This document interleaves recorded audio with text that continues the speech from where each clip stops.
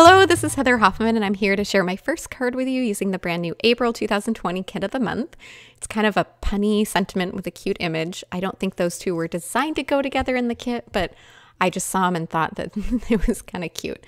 So we're going to do some paper laying with some pretty pattern papers and also a fun little embellishment cluster. I have that image and sentiment on a panel of cardstock that is the width of an A2 card, so 5.5 inches.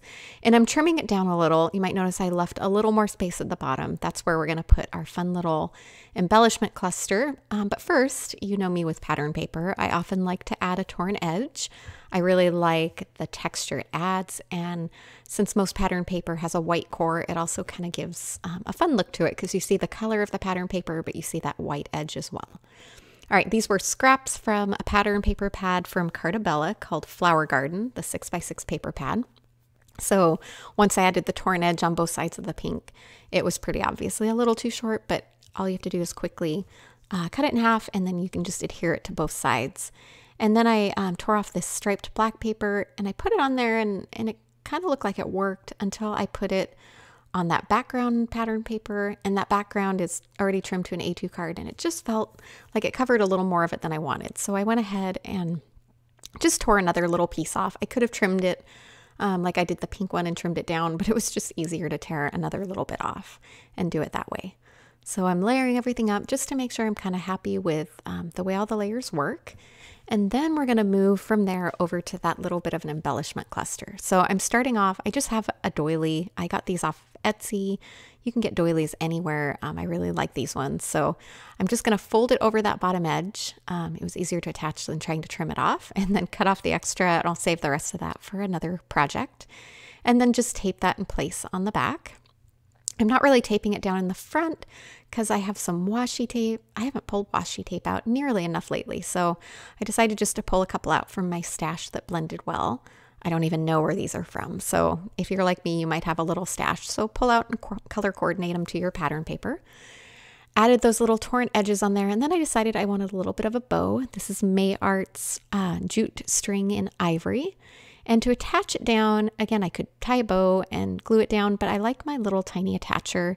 It's from Tim Holtz or Ranger, and it's just basically a mini stapler, and it's something I use a lot of times just to attach things together. You could even use a normal stapler, but I just kind of do a crisscross pattern to hold things in place. And the bonus is that holds the edge of the doily and also that washi tape down, so it kind of has a little more benefit than even just only attaching down that bow. All right, so I added some just tape runner to the back of that white panel, and then I'm going to go ahead and just adhere down that pattern paper, the pink on each side. And I noticed once I did this, it just was ever so slightly bigger than my white panel. So I just grabbed my scissors, and it probably wasn't even enough to notice. This is just me being a perfectionist. So I had to trim that down and fix that a little bit. And then I thought it would be fun in here to add a bit of dimension. So I pulled out my foam tape and just added a layer of that across the back there to adhere in place. And I used plenty of foam adhesive because I like to make sure these layers are nice and sturdy. Then I'm going to adhere it down. Instead of adding more foam behind that, I kind of pondered it, I held it up.